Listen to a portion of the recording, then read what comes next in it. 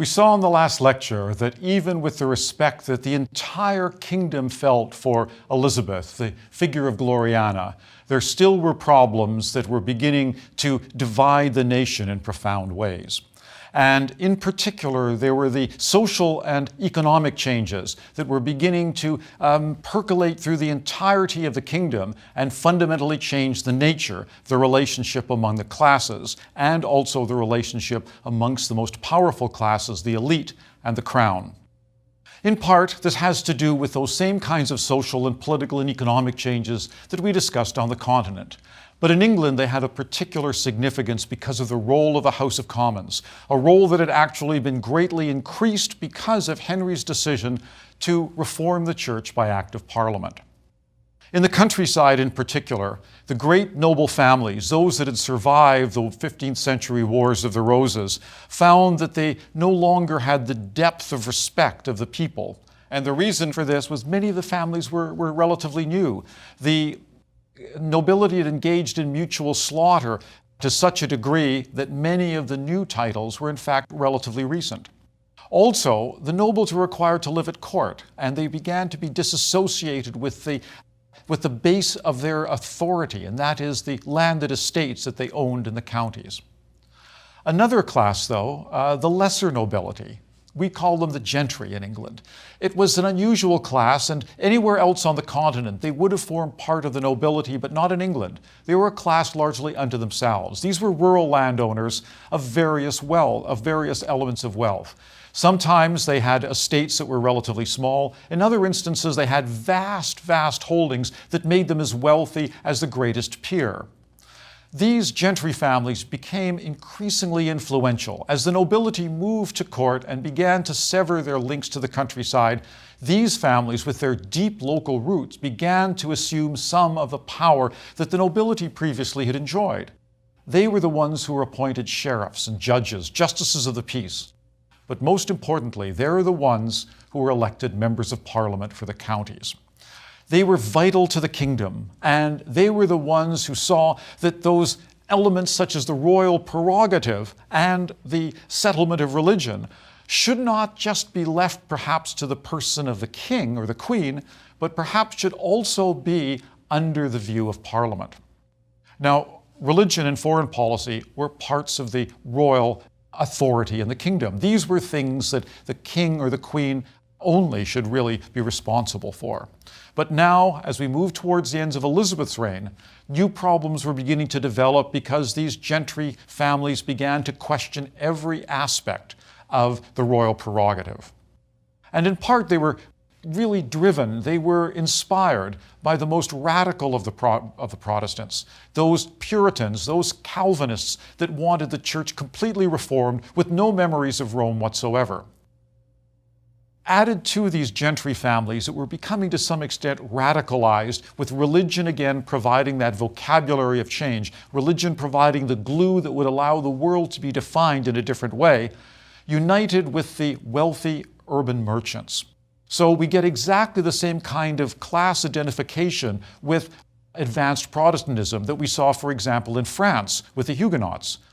Urban merchants, lesser nobility, coming together against those they saw as common enemies, social, political, and economic, as well as religious enemies. That is the great territorial nobility and to some extent the crown. These Puritans wanted the complete severing of the church from any of the aspects of Rome. Elizabeth, as we've seen, refused to do this. Elizabeth was committed to the idea that the Anglican Church, the settled church, must have some of that ceremony that added to the majesty of the crown and which she herself so enjoyed. And as long as Elizabeth was alive, because of the honor in which she was held, nothing could actually challenge the position of the crown. But Elizabeth died. She died in March of 1603, and moreover, she died without an heir. She was, after all, the Virgin Queen, and she didn't acknowledge any of the other claimants to the throne during her lifetime. It was clear, though, that the natural successor was, ironically, the son of that Mary Stuart that Elizabeth had executed. Mary, Queen of Scots, had a son who was raised as a Protestant, and that son was James VI of Scotland, and James then came south and became James I of England. Now, James was a curious person in so many ways. He was not at all experienced in English affairs. He found the obstreperous Parliament and the divisions within the country so completely different from what he had experienced in Scotland that he had a great deal of difficulty trying to manage this situation. Moreover, he behaved in a way that he thought was appropriate for a king, but which Parliament found particularly offensive. For example, he tried to act without their approval, especially in issues regarding money and taxation. And when he asked for money, Parliament continually demanded that they be given a little bit more authority, something that would permit them to move more directly into those areas of the royal prerogative, that is, those things that governed religion and that governed foreign policy. Moreover, there were really questions about James's own religion. He himself was a Protestant, there was no question about that, but after all, his mother had been a Catholic, and so perhaps there was sympathy towards Catholicism, which again made some of the Puritans question his suitability to the throne. Add to that the fact that his own church in Scotland was a Presbyterian church, and the Anglicans, those on the right side of the Reformation, those who wanted to maintain those Catholic memories within the English established Anglican church, wondered in fact whether he would push the church farther to the left.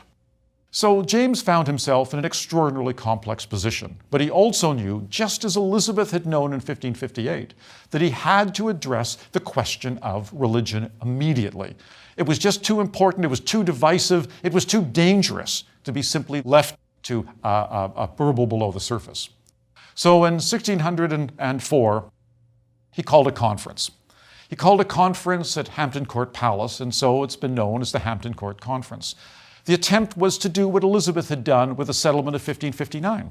That is, to establish a compromise that would allow all elements to live within a latitudinarian church that would permit those who had sympathy for Catholicism to remain in the Anglican confession with those who had sympathy with Calvinism. But the world had progressed a great deal from 1559, and by 1604, the Calvinists, those who were representing the Reformed confession at that conference, demanded things that James found impossible. For example, they demanded the abolition of the bench of bishops. James's famous response was, "No bishop, no king." And he realized that the concept of hierarchy and the concept of the church having a parallel hierarchy with the secular state had to be sustained, or the very issue of the royal prerogative itself would be called into question. James was not a foolish man. He may have been called the wisest fool in Christendom, but he was extremely intelligent.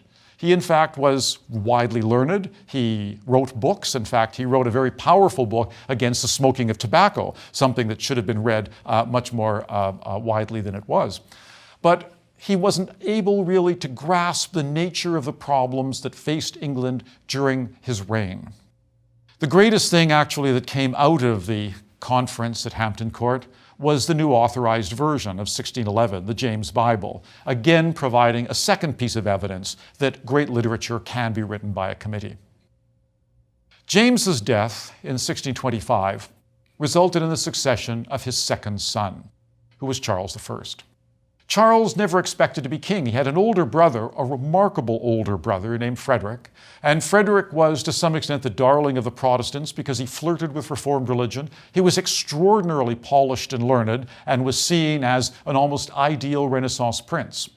But he died young, and so the succession passed to Charles.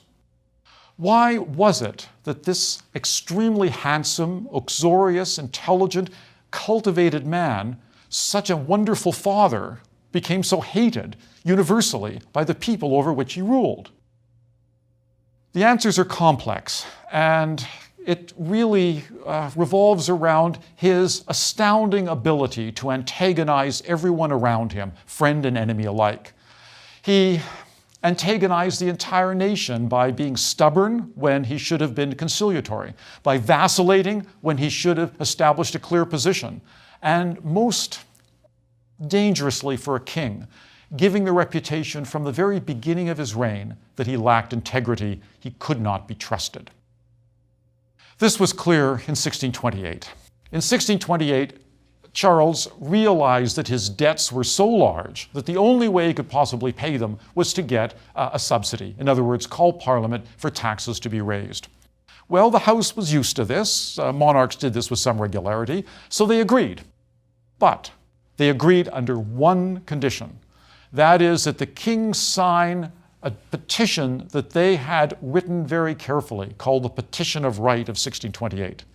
This was a document that set out very clearly the grievances against the crown as they saw them. And these were the grievances that to some extent really did work against the basic assumption of the freedom of the individual subject of the British crown. Because the grievances were things like they were opposed to arbitrary arrest. You had to have a reason to put somebody in jail. Arbitrary taxation.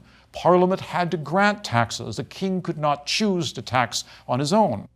No billeting of soldiers. Well, you may have an extra bedroom, but it doesn't allow the king to put 7 soldiers and a horse in there. And martial law was not to be used except in times of national emergency. Charles needed the money. And so Charles signed the petition. And for a while, everyone was happy, except for the fact that Charles soon after tried to repudiate the Petition of Right because he had cashed the check that he received from Parliament. The House of Commons was furious. Furious to the point that rather than be prorogued, the members of the House held the Speaker in the chair physically and demanded that a vote be taken to censure the king. Not a good way to begin a reign.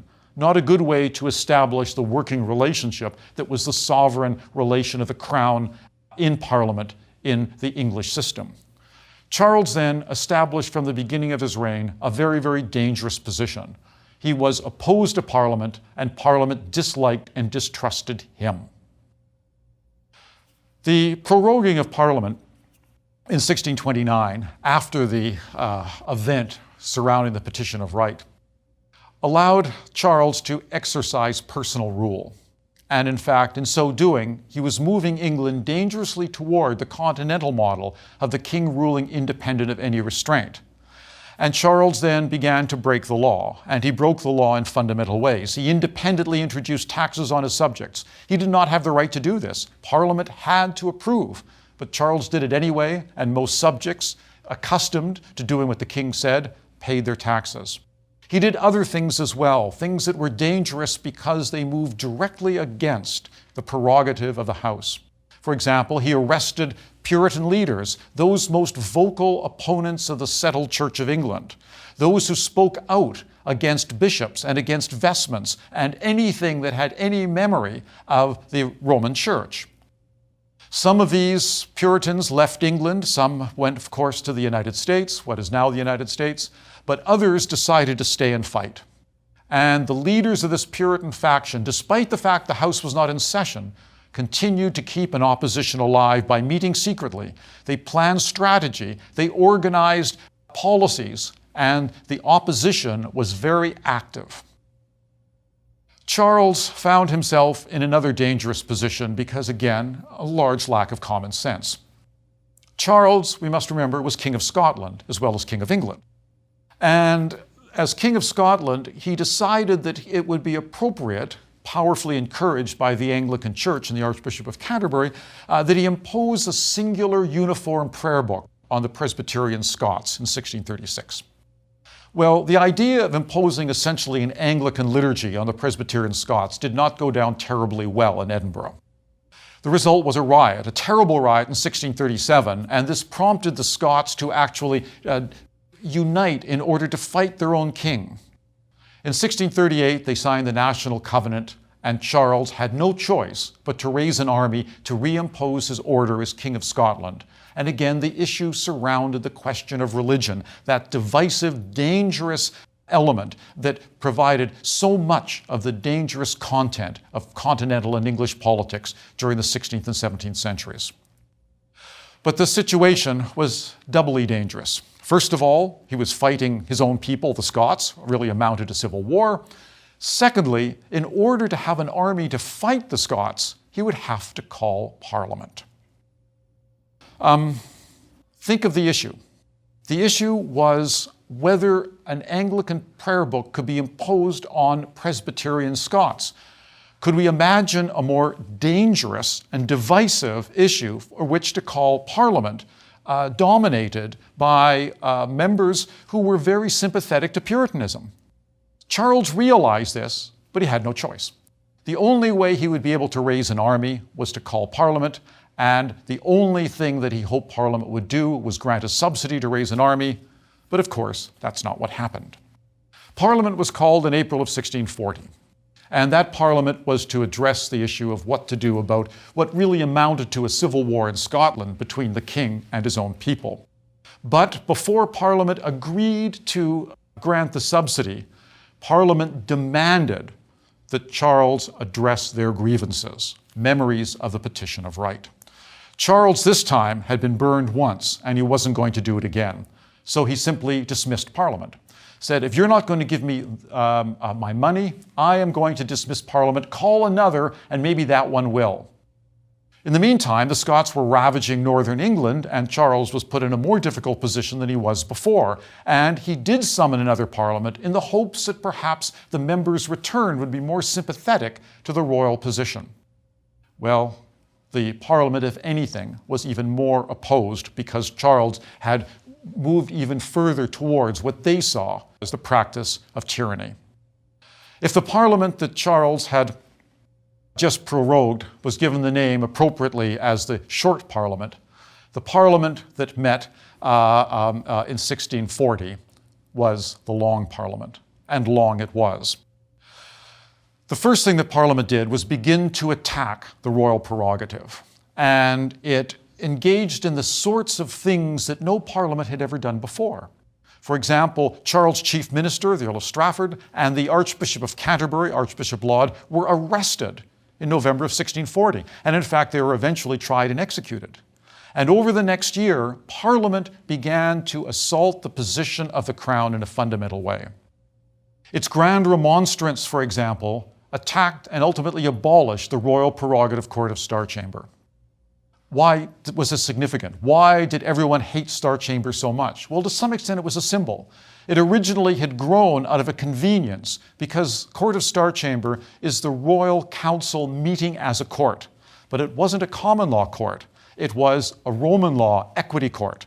Initially, the idea was to get important questions of significance to the crown dealt with quickly and efficiently. But it was seen more and more as an instrument of royal repression. It was the king's court. It was his counselors, and the king would get his way. So that court, which met in a room with stars painted on the ceiling, hence its name, was abolished. Not finished with the abolition of that court, they then abolished the Court of High Commission. This was really a canon law court. This was a church court having to do with the operation of the Anglican Church and those elements associated with the rights of the church in legal terms. The abolition of that was effectively an attack on on canon law itself. And on top of that, the issue of the royal prerogative itself was being questioned. What Parliament did is that Parliament began to attack the very principles on which Charles and his father James and Elizabeth before them had effectively rested the claims of monarchy. That is the question of hierarchy and the question of a certain set of rights and privileges over which no one but the crown had direct authority. And beginning with Henry VIII and the disestablishment of the Roman Church in England, that pertained to the bench of bishops. Parliament attacked the role of bishops and wanted all of the bishoprics abolished because there are no bishops in Calvinism. This Charles absolutely refused, and similarly, the act did not pass Parliament. There were enough conservatives, those with Anglican sympathies, and those who simply were connected to English tradition sufficiently to allow this act to fail. But nevertheless, the fact alone that Parliament had assaulted the royal privilege at what Charles saw as one of its fundamental points was enough to engender fury on the part of the king. Charles then made another one of those extraordinary errors in judgment of a level that only Charles was capable. In December 1641, the king entered the House of Commons to arrest 5 of its members, those that Charles had identified as the leaders of this assault on the church and on royal prerogative. For almost 150 years, the integrity of the House, the right to speak freely on any subject by members of Parliament, the immunity of members of Parliament from assault by the Crown or by any other agency for things that happened within the House of Parliament had never been called into question. But here was the king entering the chamber to arrest its members. Of course, they had been forewarned. They fled into hiding in London, but this clear violation of parliamentary privilege had pushed Parliament over the edge. It was the final straw. It was also the final straw for Charles because he knew that the dangers of allowing Parliament to continue in this vein would ultimately completely gut the powers of the king. The result is by September 1642, Parliament and the king had raised armies and were in fact at war. The beginning of the Civil War was indecisive, with both sides about evenly matched. But by 1643, the Scots became involved, allied to the English parliamentarians. That was bad, but in 1644, it got worse. Parliament created a new model army, inspired by a general, Oliver Cromwell, who decided to use not just the latest in technology, but also the latest in discipline, and galvanizing his soldiers with religious fervor, entering battle singing hymns and making sure that they behaved in a godly manner. Well, doing this to a group of soldiers certainly made them tough, and ultimately the royalist armies were defeated in June of 1645. Charles was now, in effect, the prisoner of someone, and he chose to surrender to the Scots in 1646. At this point, the parliamentary position began to fragment, because the issue of the crown, what to do with the king, became extraordinarily divisive. Should the king be allowed to rule? Had he been sufficiently chastised? All of his acts of independent action had largely been curtailed, so perhaps we can go back to the way things were. But no. The parliamentarians divided, with the Presbyterians and the Scots and the Independents distancing themselves from the Puritans. The Puritans wanted a complete severance of the current political and religious situation from everything that had gone before. And a second civil war broke out as a consequence. In 1647, 1648, that second civil war revolved really around the question of the monarchy. But Cromwell's new model army was invincible, and it won again, even against the overwhelming odds. The army then, after defeating the enemy in the field, surrounded Parliament, and on the 6th of December 1648, locked out the opposition. All of those who were opposed to the Puritan position, the most radical position in the House, were forbidden entry. Of 470 members of Parliament, the rump contained only 154. And in 1649, the army tried Charles. They found him guilty of treason, and he was executed. Executed, we must remember, against all precedent in English law and against the popular will. There was a great sense of horror at regicide. Charles then moved into that realm, especially among Anglicans, of being Charles, king and martyr. And to some extent, his last moments were among his most heroic.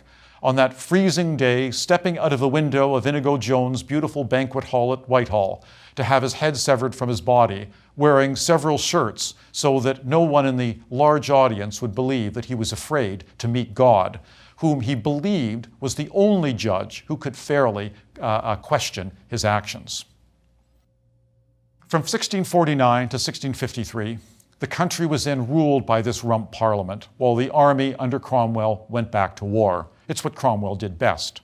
First, he defeated the Scots, led by Charles' son, who would become ultimately Charles II, and then after defeating them, crossing the Irish Sea to commit the atrocities against the Irish, for which Oliver Cromwell will never be forgiven. Cromwell returned in 1653, and he found that Parliament was not behaving in a manner sufficiently godly, and so he then turned himself into a military dictator. He dismissed Parliament and he ruled on his own with no constitutional authority whatsoever. What right did he have to do this? None. He had control of the army and Cromwell must be seen as essentially what he was, a military dictator. In order to rule England, having abolished, in effect, Parliament, he then divided the three realms of the English crown, England, Scotland, and Ireland, into 11 military areas, each ruled by a major general.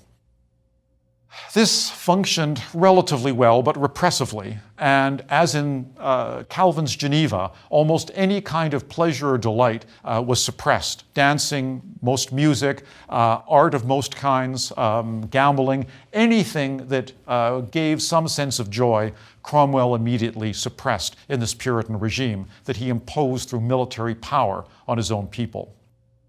Cromwell died in 1658. And ironically, he'd actually been offered the crown by Parliament, which he, in an act, I think, of true humility, refused. But he did arrange for his son, Richard, to succeed him. His son, though, had none of his abilities. His son couldn't manipulate those around him the way Cromwell could. He didn't have his military skill, and he didn't have the authority that Cromwell had enjoyed, having defeated all of the enemies of Parliament. So something had to be done, and what was done created quite an interesting situation. The Major General responsible for Scotland, George Monk, in 1659 realized that this period of the interregnum, that is, the period between the rules of Charles I and Charles II, must come to an end. He marched his army to London and recalled Charles II from exile in France to the throne in 1660. Charles II returned, and the Restoration was in place. And Charles did his best to turn England back to the days before 1649. He did, for example, restore the House of Lords, which had been abolished under Cromwell. He reinstituted the bishops and archbishops to lead the church, and the English church began to look again like the Anglican foundation that Elizabeth had known. But the country had changed. The country was no longer the country of 1649. The country had now undergone a revolution and civil war. The House of Commons had exercised an element of power and authority that could never be forgotten or undone, and had done this for a decade. So Charles realized that he had to walk a very, very fine line, and he succeeded, in fact, and people were so tired of the moral repression of Puritanism that they rather rejoiced in the merry monarch, as he was called, and his large number of mistresses and illegitimate children, and his love of small spaniels. When he died in 1685, he left no legitimate heir. He had many illegitimate children. In fact, some of the greatest families in England can trace their descent to the bar sinister of Charles II. His heir was his brother James, who became James II. James was a problem. He was a Roman Catholic, and he also had much sympathy with the French absolutist regime that he had known in exile, and of course his mother was a French princess, Henrietta Maria. He began to loosen the laws against Catholics. He permitted them to hold office in the church, in the state, and also in the army. And there were rumors, powerful rumors, that he planned to reunite the Anglican Church with Rome. Anglicans wouldn't stand for this. The Puritans, of course, thought that the devil was at work, but nevertheless, they were willing to let time pass because James was getting old and he had no heir. His heir, in fact, would be his daughter, who was a Protestant, married to the stadtholder of the Dutch Republic, William of Orange. So they thought that time would solve this problem without undergoing another civil war or revolution. But then Mary of Modena, the wife of James II, gave birth to a son. Of course, popular belief, and this is still believed to this day, is that she in fact did not do any such thing, that a baby was smuggled into her bed in a warming pan so that there could be a Catholic succession. But whether true or not, what did happen was a recognition on the part of the Protestants in England and the great nobles and also the London merchants that the alliance with France and the movement towards what can be seen as perhaps an absolutist regime and a Catholic restoration would not be in England's best interest.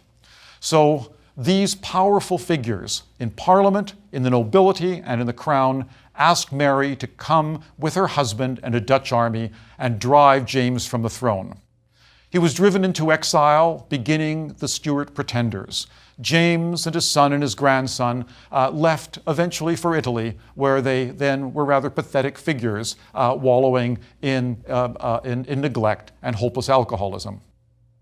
This became known as a glorious revolution. And it was glorious because to some extent it was a revolution almost without blood. There was some, but not much. And what we can see then is that the English situation ultimately reached, after all of this turmoil, an element of stability. What we saw on the continent with Luther and Calvin, the beginning of the overthrow of some traditional structure in church and state, had led to new experiments in social, political, religious, and economic structures in which classes adopted religion in order to find an instrument in order to structure and define change.